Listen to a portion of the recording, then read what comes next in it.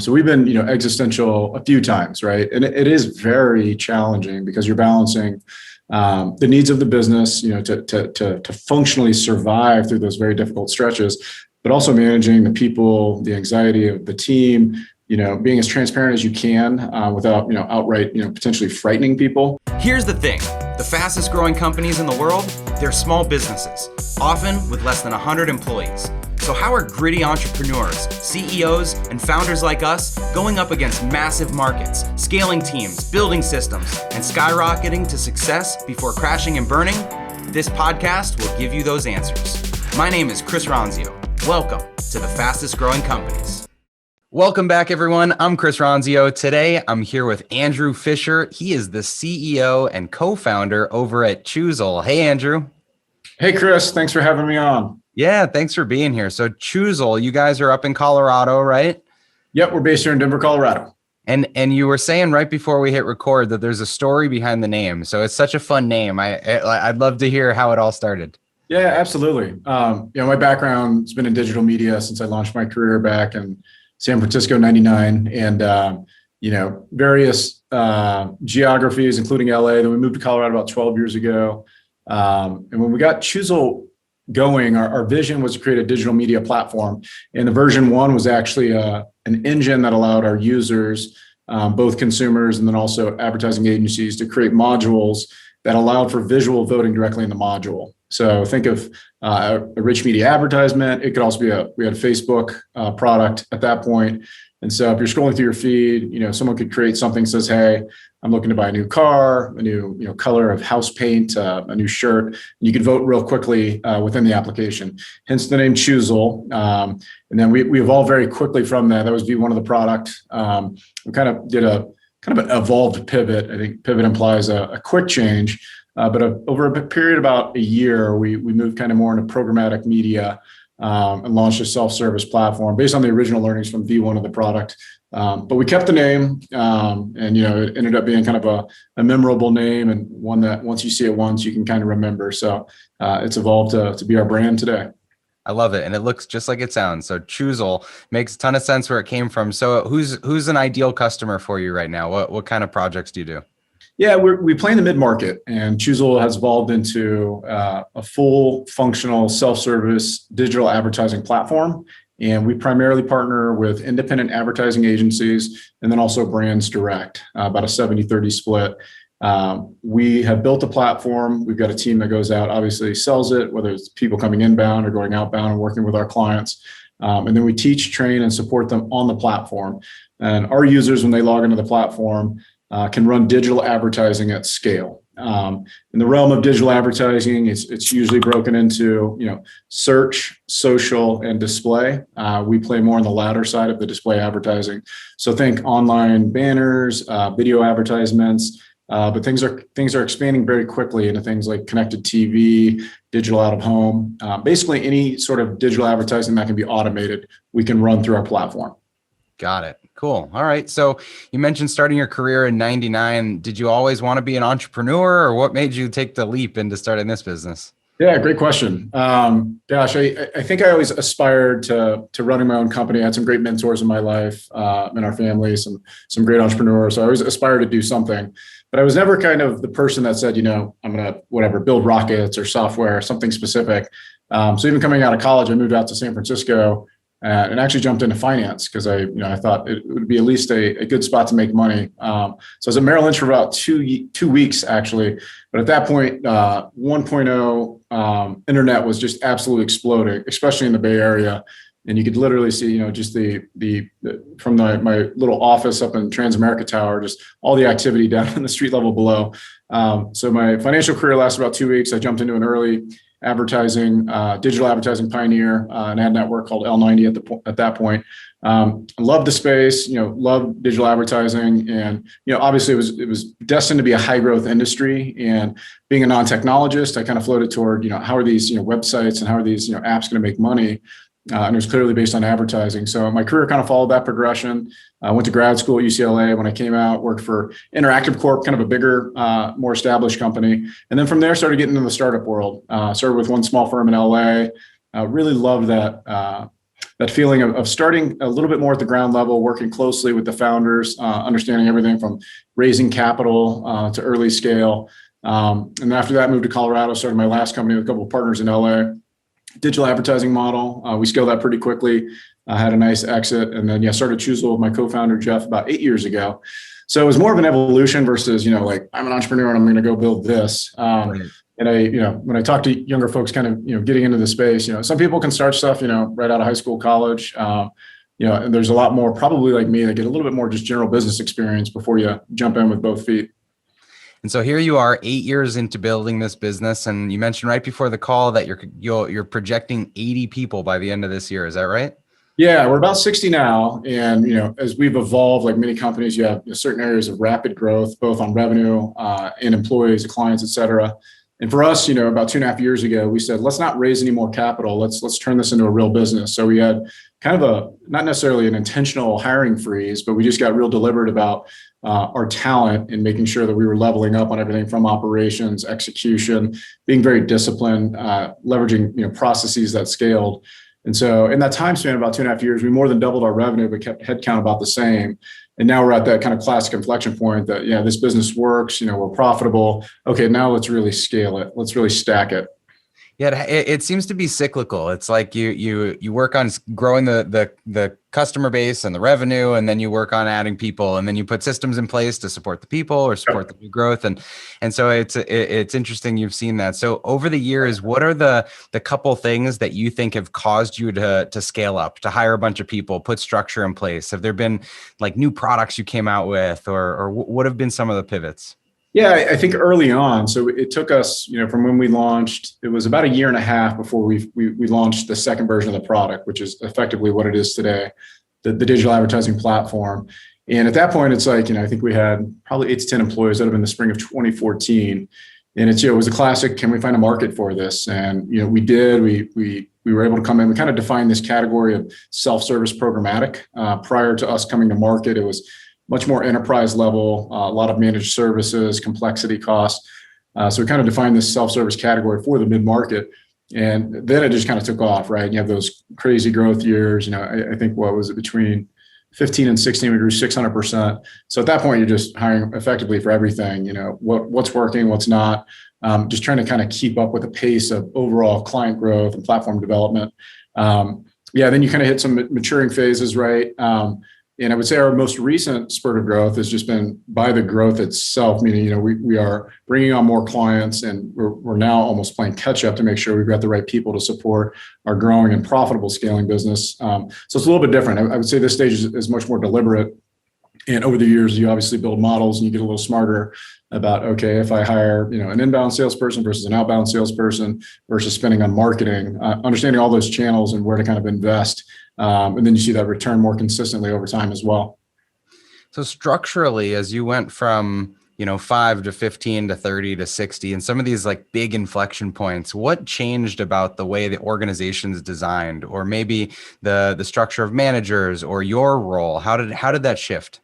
Yeah, it's interesting. It's obviously when you start, you're super flat. You effectively have a handful of employees, everyone's in the same room, and there's no need for transparency because it's literally transparent, and you're all sitting in the same room.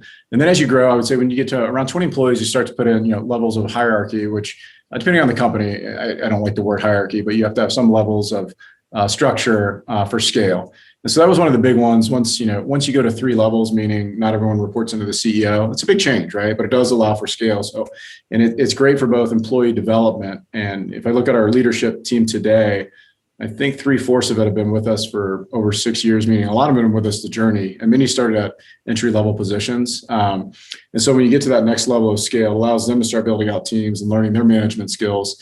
And then over time, throughout the organization, especially on the people side, you do have to level up with outside talent as well. And being a first-time CEO at this scale, there's problems I run into every day that I've never encountered, right? And so I can't do everything across finance, marketing, sales, operations, and be an expert.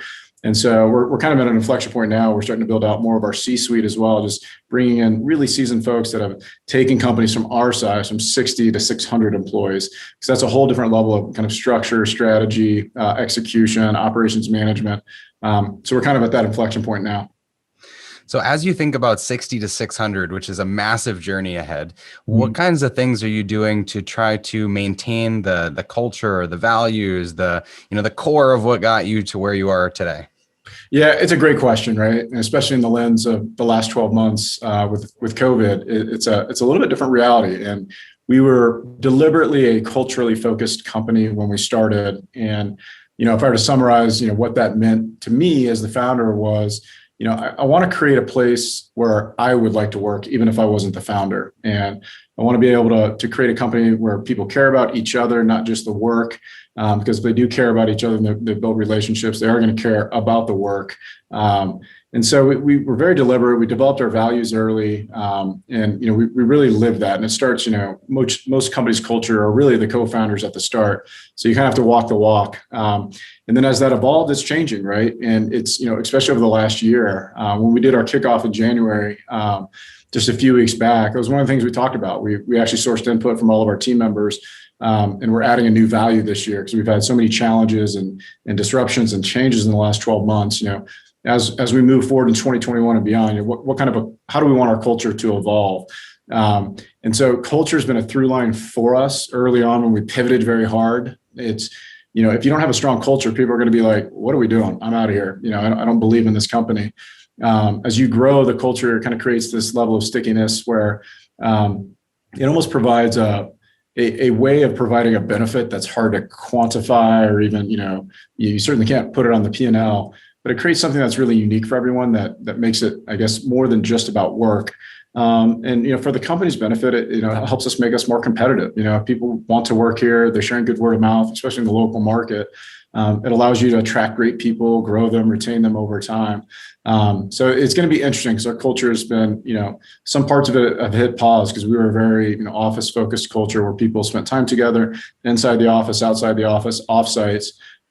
With that grinding to a halt over the last 12 months, it's going to be interesting how we grow back into that as things become safer over the next few quarters. There was something you said in there that I want to just hone in on. You said that we added a new value. And I think for everyone listening, if you think the values and culture is something you do one time and it never adjusts, then you're not going to grow like Andrew's company's grown, And so the fact that you're constantly revisiting that and being intentional, I think is like a secret that was tucked into that last paragraph there. So kudos to you for that. Was there ever a time that you worried that this wasn't going to work out, or that you had to contract, you had expanded too fast and you had to contract, or has it just been smooth sailing the whole time? Every day. I think every finally an honest answer. Yeah. I think we all, as entrepreneurs, you have to have a crazy level of optimism, but it's often couched with, some healthy paranoia, if not just outright imposter syndrome. Like, why should anyone think that I should be able to do this? Are we doing it the right way? So that's a constant battle, right? We've had more tangible, areas where we were getting very low on cash more than once. And that's, a normal part of especially a startup when you're burning money. So we've been, existential a few times, right? And it is very challenging because you're balancing the needs of the business, to functionally survive through those very difficult stretches, but also managing the people, the anxiety of the team, being as transparent as you can without, outright, potentially frightening people. So it's very unique. Our plane came close to the ground a couple of times, and it's very satisfying when the team does pull together to solve problems that ultimately keeps the business afloat. And the analogy of flying the plane and fixing it at the same time is very apt for any startup and even into the growth stage. So yeah, we've had our fair share of challenges, and I think you'd be hard pressed to find any successful company that didn't at some level, right? So it's a journey. Flying the plane and fixing it, I feel like it's that's one of those things we've all heard about, but the reality is you can't fix every part yourself either. And so how have you gotten better at delegation and supporting yourself when you can't do everything at an organization this size? Yeah, I've had a couple aha moments over the years, and it was early on when, again, the first few years you're involved in everything just out of necessity. And it was probably about 3 years in after we got our platform launched, and I remember things happening that I didn't know about, and it was so delightful. And I call it the magic of, the magic of progress when I'm not around, and people making decisions, and part of that is obviously finding talent that you trust and believe in, but also providing them enough autonomy so they can operate and take risks. And there are periods of the organization, especially if you are in those trying periods of perhaps low on cash, or a very difficult product shift, where you might have to be more tops down, because you just don't have the ability to have not everyone rowing in the same direction at the same time in unison. And other times, and we're entering another big growth phase now based on our success, it's okay, let's experiment a little bit more. You have more autonomy. If the things you want to test out and try, let's do that. And it's up to you. You've got a particular budget. Everyone has constraints always, but allowing them. And in doing so, that creates medium and long-term growth as people are trying new things, building new products, new ideas. But you have to give them room to fail as well, because not everything's going to be there. And if a leader isn't secure enough to allow people to do things without them knowing about it and to let them fail, it's going to be very difficult to scale in the long term. Anytime I see things that someone else produced that I didn't know about, you get that feeling. It's kind of like when you tell a friend to see a movie you really like, and then they like it too. It's sort of like when they get to experience building something that they were autonomous and they created on their own with no involvement. It's pretty cool. It's like leaders running their own businesses. So it's awesome. Yeah, that's been one of my deliberate actions this year, is just excusing myself from more recurring meetings. And anytime I find a meeting where I'm not participating, let alone contributing to, I'm just like, all right, you guys run with this, and check on me if there's anything I can help out with. Very smart. All right, so what's next for you guys? You mentioned this massive growth. Is there anything else on the horizon that you're really excited about? Yeah, it's kind of more of the same. We're very lucky to be in a market that's very high growth and very substantial, and that's one thing I tell young entrepreneurs is the best thing you can do is find a big growing market. It really gives you more room for error, more room for growth. You're not in a market that's necessarily, zero sum or winner takes all. So digital advertising is just a giant growing market. So for us, the innovation is really keeping pace with what is in the market. I mentioned connected TV or over the top. That's one of the biggest trends in our industry. When you think about, especially over the last 12 months, more and more people have cut in the cord. They're consuming their media digitally on multiple screens, even through the wall, over the top. And so that's created a real acceleration in our industry. So even small, medium advertisers can buy and run high quality advertisements directly on the big screen on the TV with still great targeting and great location. So we're really focused on innovation. We will be launching a new version of our platform in Q2 of 2021. It's the most significant upgrade of our system since we launched 7 years ago, which has been really exciting. And obviously a lot of work over many quarters has gone into it. So we're excited to bring that to market. And then we're just really excited to scale. Growth is it's one of our values, and it's not just for the sake of wanting to grow in terms of, valuation or being more profitable. But I tell our team, the thing that I want to do is to be able to come back and do it with this team every day. And the only way that I can do that is to grow, so I can provide opportunities to great people to level up, to learn more, to eventually become managers, to become leaders. And so if you're not growing, those great leaders and talent are going to go somewhere else. So the growth is a function of really kind of keeping the band together. And again, becomes a circular, virtuous cycle. Well, you've done a great job of keeping the band together so far. It sounds like you've got some tenured leadership in 8 years, going to almost 80 people, which is incredible growth. So anyone listening, you heard from Andrew, 8 years, 80 people, focus on growth, a focus on delegation, focus on getting out of the meetings he doesn't have to be in. Congratulations on everything that you've built so far. How can people get a hold of you or learn more about your company? Yeah, absolutely. Come visit us at choozle.com. That's CHOOZLE.com. Plenty of resources there to learn about what we're doing. I'm on Twitter and all the other normal social networks if you want to come find me. Delighted to be on the show. And, it's always fun to talk about growth. We've been very lucky in our journey, and I love helping other folks out. So please reach out. All right, everyone, you heard it from Andrew. Hopefully you can borrow a page from his playbook as you build your own, and we'll see you next time. Hey, thanks for listening to the Fastest Growing Companies podcast. If you like this episode, be sure to subscribe and leave a review. If you found the information helpful, share it with your friends and family that can benefit from it. You can also find Trainual's company account at Trainual, just like a training manual. We'll see you next time.